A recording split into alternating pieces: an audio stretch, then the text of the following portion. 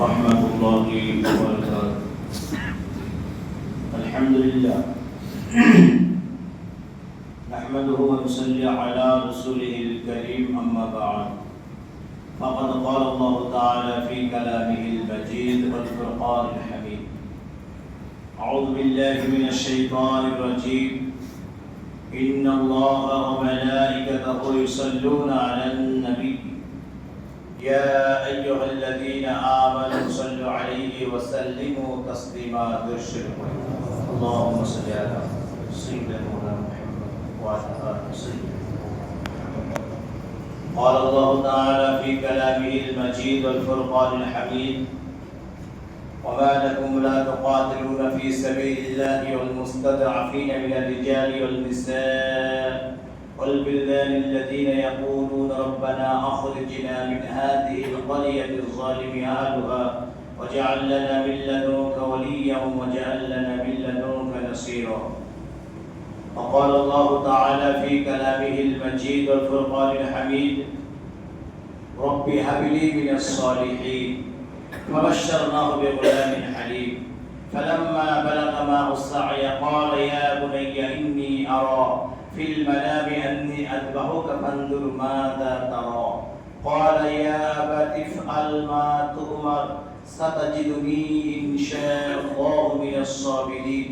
فلما أسلم وتله للجبين وناديناه أي يا إبراهيم قد صدقت الرؤيا إن كذلك نجزي المحسنين إن هذا لهو البلاء المبين وفديناه بذبح عظيم. صدق الله العظيم. মহাসম্মানীয় মাহে জিলহজের প্রথম জুমার সমস্ত মুসল্লিবৃন্দ, আমরা সর্বাগ্রে সর্বপ্রথম আল্লাহ পাক সুবহানাহু ওয়া তাআলার দরবারে লাখ কোটি শুকর আদায় করি যে মহান রব্বুল আলামিন আমাদের সকলকে তার পবিত্র স্থানে একত্রিত করেছেন, আসার তৌফিক দিয়েছেন। প্রাণ ভরে সেই মাহবুব দরবারে মুনিবের দরবারে সিজদা অবনত মস্তকে শুকরিয়া জ্ঞাপন করি। সকলে উচ্চ আওয়াজে বলি আলহামদুলিল্লাহ। তারই পরে মরুদুলাল মরুভাস্কর মা আমিনার লাল জগৎগুরু বিশ্ব নবী আশরাফুল আম্বিয়া সাইয়্যিদুল মুরসালিন রাহমাতাল লিল আলামিন জনাবে মুহাম্মদ রাসূলুল্লাহ সাল্লাল্লাহু আলাইহি ওয়াসাল্লাম তার উপর লাখ কোটি দরুদ ও সালাম আমরা একবার বলি সাল্লাল্লাহু আলাইহি ওয়াসাল্লাম। কোরআনে কারীম 4 নম্বর সূরা 75 নম্বর আয়াত সূরা নিসা এবং দ্বিতীয় তেলাওয়াত সূরা সফফাত 100 থেকে 110 নম্বর আয়াত আল্লাহ পাক চাইলে আলোচনা করব। প্রথমে বলি, আপনারা যারা মসজিদে এসেছেন বাইরে দেশ একটা ব্যানার দেখতে পেয়েছেন, ব্যানার টানানো আছে ফিলিস্তিনের ব্যানার। আজকে ফিলিস্তিনের পরিস্থিতি কি এটা আপনাদেরকে বলতে হবে না, বুঝিয়ে বলতে হবে না, কারণ তাদের আজকে খাবার কষ্ট। ইসরায়েল ভাবছে ফিলিস্তিনকে মারতে গেলে এই ছাড়া কোনো রাস্তা নাই। তাদের দেশে খাবার ঢোকানো বন্ধ করে দিয়েছে ইসরায়েল। এ নিয়ে পশ্চিমায় বিরাট একটা সমস্যা চলছে। আল্লাহ পাক চাইলে সমস্যা হাল হয়ে যাবে ইনশাআল্লাহ, অসুবিধা নাই। কিন্তু তাদের খাবারের খুব কঠিন অবস্থা। আমরা 3 টাইম খেতে পাচ্ছি, তারা 1 টাইমও খেতে পাচ্ছে না পেট ভরে, এবং তারা বিশ্বের মুসলমানের দিকে তাকিয়ে আছে। আল্লাহ বলছে আমা লাকুম লা তুকাতিলুনা ফি সাবিলিল্লাহ, তোমাদের কি হয়েছে, তোমরা যুদ্ধ করো না কেন? কি হয়েছে তোমাদের? তোমরা আল্লাহর কাছে জিহাদ করো না কেন? আল্লাহ পাক কোরআনে বলছেন সূরা নিসার 75 নম্বর আয়াত তাফসীর ভালো করবেন। তোমাদের কি হয়েছে, তোমরা যুদ্ধ করো না কেন? তোমরা আল্লাহর কাছে জিহাদ করো না কেন?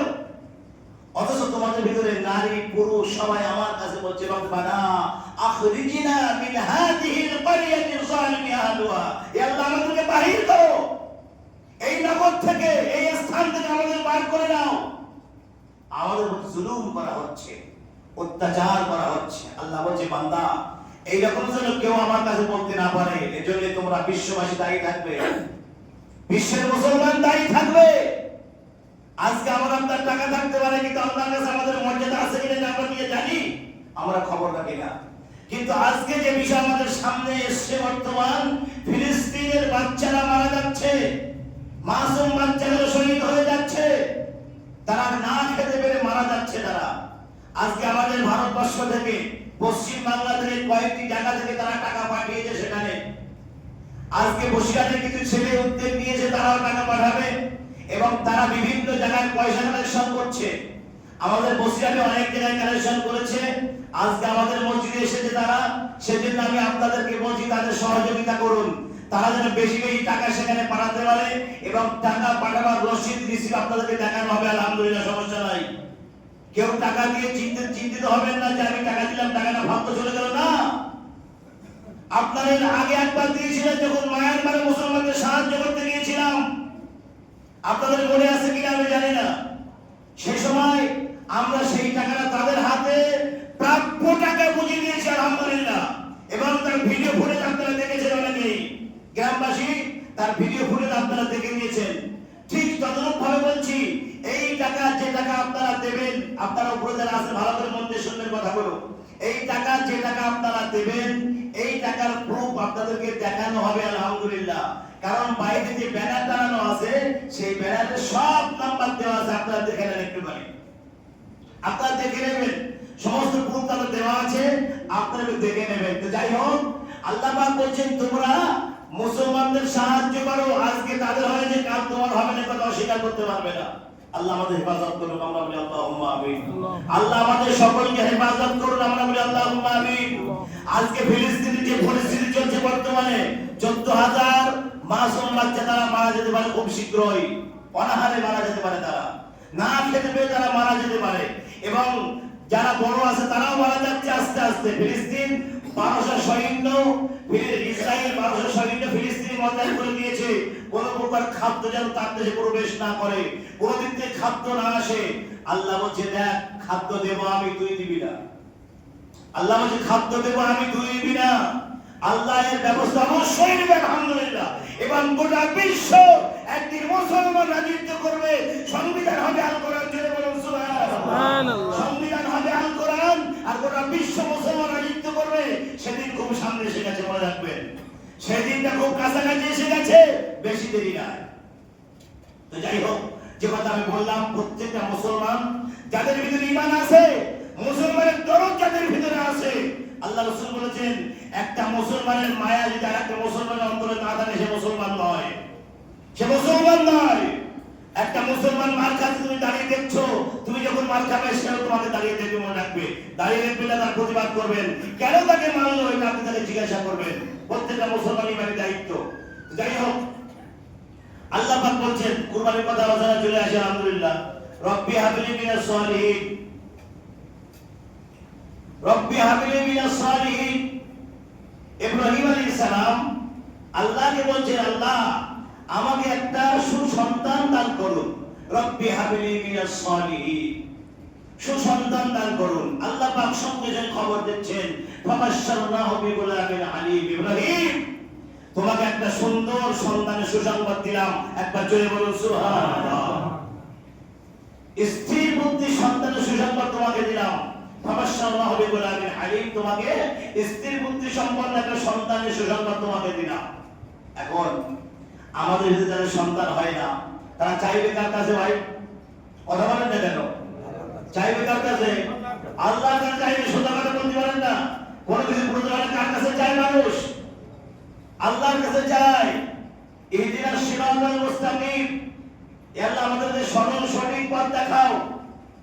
তো যাই হোক, কোনো কিছু চাইতে হলে আল্লাহর কাছে চাইতে হবে, না মাথায় রাখবেন। কিন্তু ওসিলা দেওয়াটা, অবতাগু ইলাইহিল ওসিলা, ওসিলা আপনাকে অবলম্বন করতেই হবে, নাইলে আপনি কিছু পাবেন না। অবতাগু ইলাইহিল ওসিলা, ওসিলা অবলম্বন করতেই হবে। তো যাই হোক, ইব্রাহিম আলাইহিস সালাম বলেন, রব্বি হাবলি মিনাস সালিহিন, আল্লাহ আমাকে সুসন্তান দান করো। সঙ্গে সঙ্গে আল্লাহ জবাব দিলেন, ফাবাশশারনাহু বিগুলামিন আলীম। ইব্রাহিম, আমি তোমাকে সংবাদ দিচ্ছি, একটা স্থির বুদ্ধি সম্পন্ন সন্তানের সুসংবাদ তোমাকে আমি দিলাম। আল্লাহ বলেন, ফালাম্মা বালাগা মা'আহু সা'য়া ক্বালা ইয়া বুনাইয়া ইন্নী আরা ফিল মানামি আন্নী আযবাহুকা ফানজুর মাযা তারা। যখন সেই সন্তান পিতার সাথে কাজ করার মতো বয়সে উপনীত হলো, তার পিতার সঙ্গে কাজ করার মতো বয়সে উপনীত হলো, তখন একদিন ইব্রাহিম সালাম বলছেন, আল্লাহ পাক ইব্রাহিম সালাম তো অনেক পরীক্ষা নিয়েছেন, এর আগে আরো পরীক্ষা দিয়েছেন, কিন্তু এটা হচ্ছে লাস্ট পরীক্ষা ইব্রাহিম আলাইহিস সালাম। কারণ যখন ইসমাঈল আলাইহিস সালাম একটু বড় হলেন, ইব্রাহিম আলাইহিস সালাম অনেক বয়স, 96 বছর বয়সে কিন্তু সন্তান হয় না, তখনই আল্লাহকে বলছেন রব্বি হাবলি মিনাস সালিহিন, আল্লাহ আমাকে একটা সুসন্তান দান করো। আল্লাহ পাক বলছেন ইব্রাহিম তোমাকে একটা সুসন্তানের সংবাদ দিলাম, যাও।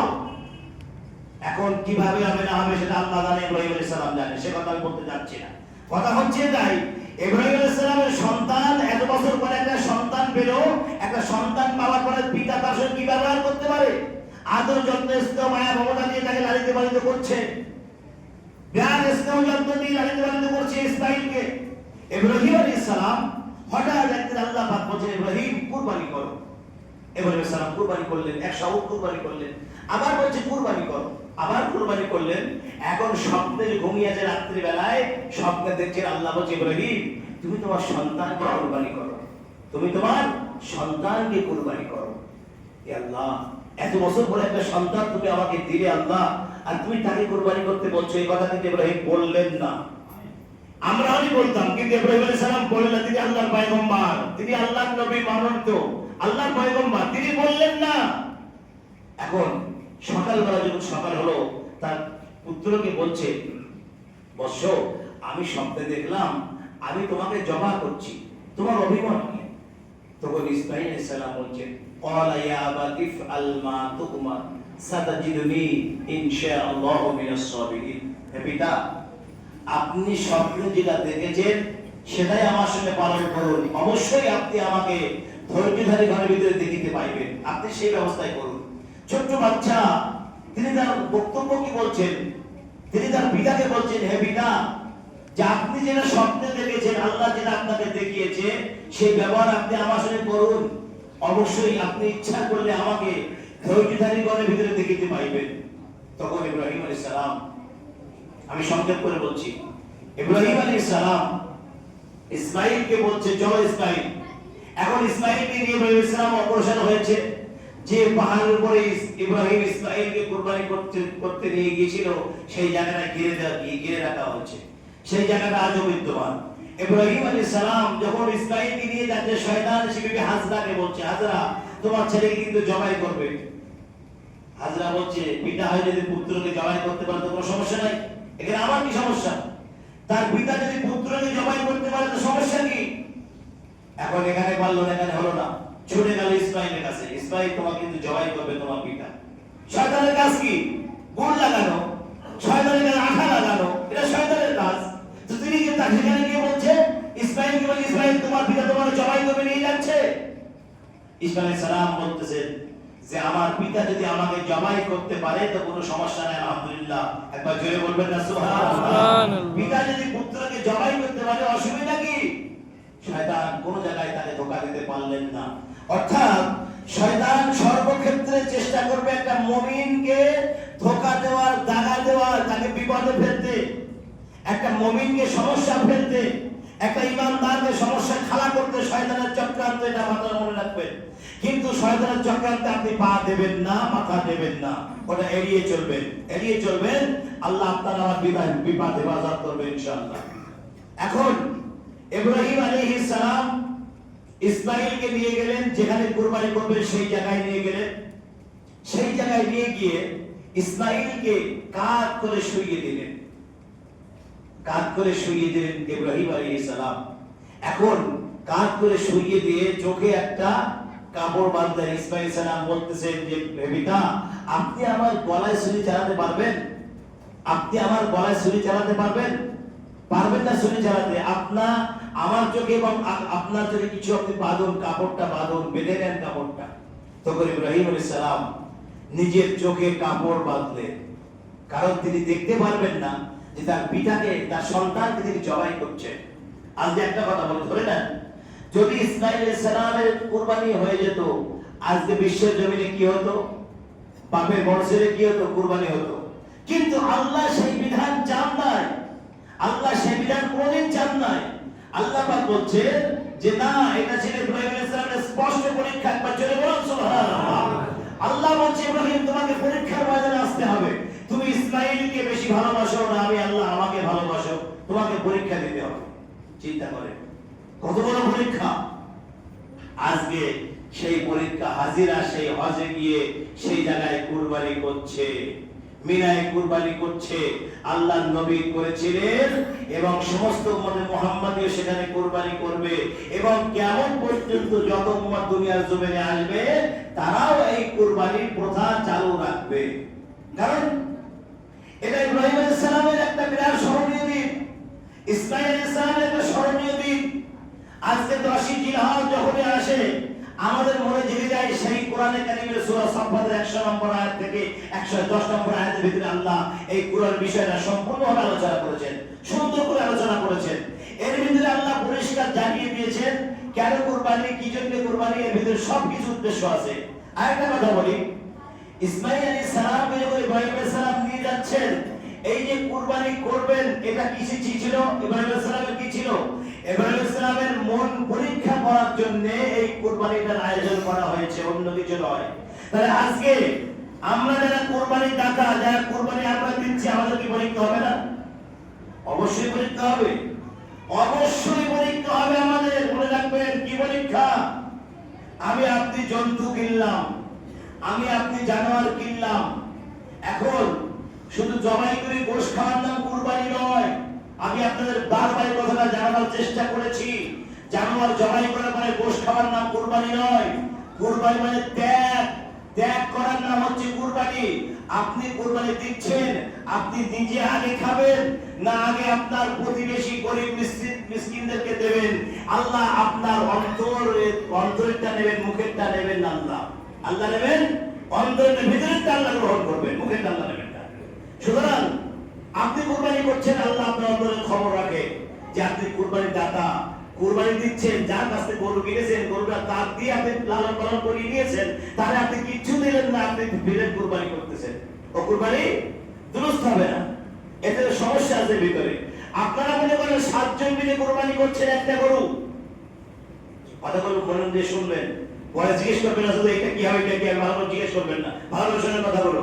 7 জন মিলে একটা গরু কুরবানি করছেন আপনারা, এই 7 জন মিলে কুরবানি করছেন, 2 জন গরুটার দেখভাল করছেন 2 জন, আর 5 জন জীবনেও খোঁজ দেয় না, কোনদিন খবর দেয় না ভাই গরুটা কেমন আছে, কি খাচ্ছে, কি অবস্থা, কোনো খোঁজ খবর কিছু নাই। তার পয়সা দেয় না, খোঁজ খবর দেয় না, ভাগির যে টাকা নেয় সেই টাকা দিয়ে তা কেটে বলবে, ব্যাস কুরবানি হয়ে গেল।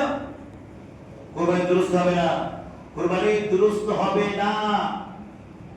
আপনি মনে করেন কুরবানি জানোয়ার কারো কাছ থেকে আপনি কিনলেন, খরিদ করলেন, খরিদ করে আপনি বাড়ি আনলেন না, আপনারা 2 জন মিলে কুরবানি দিচ্ছেন, 2 জন খরিদ করে বাড়িতে আপনার রাখার জায়গা নাই, আপনি বাড়ি মালিকের কাছে রেখে দিয়েছেন, ভাই রেখে দেন কুরবানি পর্যন্ত, আমি কুরবানির আগের দিন গরুটা নিয়ে যাব। এখন আপনি তার কাছে যখন নিয়ে আসছেন গরুটা, আপনার অধিকার নেই, সৌজন্যবোধ জ্ঞান আপনার নেই যে তিনি আজকে এতদিন ধরে আমি টাকা দেওয়ার পর থেকে লালন পালন করছে আমার গরুটাকে, সে দেখভাল করছে আমার গরুটাকে, আজকে আমি তার কাছ থেকে গরুটা নিয়ে যাচ্ছি, আমার সৌজন্যবোধ জ্ঞান থাকা দরকার, তাকে আমার কিছু টাকা দেওয়া প্রয়োজন, নাইলে আমার কুরবানি দুরুস্ত হবে না। মনে রাখবেন, খুব ইম্পর্টেন্ট মশলা বলছি, কিন্তু ইম্পর্টেন্ট মশলা, এই মশলাগুলো সব জায়গায় শুনতে পাবেন না। এই কথাগুলো কুরবানির মশলার ভিতরে আছে এবং এই কথাগুলো বিশেষ করে মন দেওয়া দরকার যারা কুরবানির দাতা, যারা কুরবানি দিচ্ছেন তাদের জন্য বলছি আমি। আরেকটা কথা, কিছু মানুষ আছে কুরবানি আসলে টাকা শর্ট হয়ে যায়, দেনা হয়ে যায়, নাউজুবিল্লাহ, কুরবানি আসলে শুধু দেনা হয়ে যায়। যেমন রোজা আসলে পেটে গ্যাস হয়, কুরবানি আসলে দেনা হয়ে যায়। এই সমস্যা কি আল্লাহ সলভ করবে? আমাদের বলার নাই। কুরবানি আসলে শুধু ঋণী হয়ে যায়, দেনা হয়ে যায়, কুরবানি দিতে পারে না। সুতরাং কুরবানি দিতে হলে আন্তরিক নিয়তের প্রয়োজন যে আল্লাহ আমি এবার কুরবানি করব, তুমি কুরবানি কবুল করে নিও। দেনা কোন মানুষ থাকে না ভাই? দুনিয়ায় জীবন যাপন করতে গেলে প্রত্যেকটা মানুষ ঋণী আছে, প্রত্যেকটা মানুষ ঋণী থাকতে পারে দুনিয়ায়। তাই বলে আমি কুরবানির সময়টা পার করে দেবো, কুরবানি দেবো না? কুরবানির সময় প্যাকেট নিয়ে ফকিরের কাতারে দাঁড়িয়ে আছে এই মুসলমান, এদের কুরবানি দেওয়া জায়েজ বৈধ, এরা কুরবানি করলো না, এতিমের কাতারে লাইন দিয়ে দাঁড়িয়ে গেল। আল্লাহু আকবার। তুমি এতিমের মাল ভক্ষণ করছো, এতিমের মাল আত্মসাৎ করছো, তুমি এটা প্রমাণ হবে। এতিমের মাল আত্মসাৎ করবেন না, আল্লাহর নবীর বদ্দুয়া আপনার উপরে পড়ে যাবে। এতিমের মাল আত্মসাৎ করবেন না। আপনি দিতে পারলেন না, এই গোশ নেবেন না, আসবেন না মসজিদে। এটা আমি আমার কথা বলছি না, ফতোয়া বলছি। আপনি দিতে পারলেন না, আসবেন না মসজিদে। কারণ আমি যদি যাই 5 জন দেখে আমার খারাপ করবে, এটা করবেন না। কারণ আপনি দিতে না পারলে গোপন ভাবে নিয়ে নেবেন, অন্যভাবে নিয়ে নেবেন। আপনার আত্মীয় স্বজন আপনার বাড়িতে গোশ পাঠিয়ে দেবে, আপনার আত্মীয় স্বজন আপনার বাড়িতে গোশ পাঠাবে, সেই গোশ আপনার হয়ে যাবে। আরে সারা বছর তো আমরা গোশ খাচ্ছি, একদিন একটু কম খাবো, সমস্যা কি? একটা দিনে একটু কম গোশ খেলে কোনো অসুবিধা হবে না। এই কথাগুলো ইম্পর্টেন্ট মশলা, কুরবানির মশলার ভিতরে। আরেকটা কথা বলি, এগুলো কিন্তু কুরবানির ভিতরে। কুরবানির পশু যাদের দিয়ে আপনি সহযোগিতা নেবেন, তাদের উপযুক্ত প্রাপ্য না দিলে আপনার কুরবানি দুরুস্ত হবে না। মনে রাখবেন, কুরবানির পশু যাদের দ্বারা সহযোগিতা নেবেন, তাদের উপযুক্ত প্রাপ্য না দিলে আপনার কুরবানি দুরুস্ত হবে না। খুব ইম্পর্টেন্ট কথা বললাম। এবং ঈদের নামাজ কসবুল ঈদগাহে সকাল 7:30 আরম্ভ হবে ইনশাআল্লাহ। সকাল 7:30 মনে রাখবেন। আজকে এলান করলাম, আগামী জুমা একবার বলে দেবো আলহামদুলিল্লাহ। সকাল 7:30 কসবুল ঈদগাহ প্রাঙ্গণে ঈদের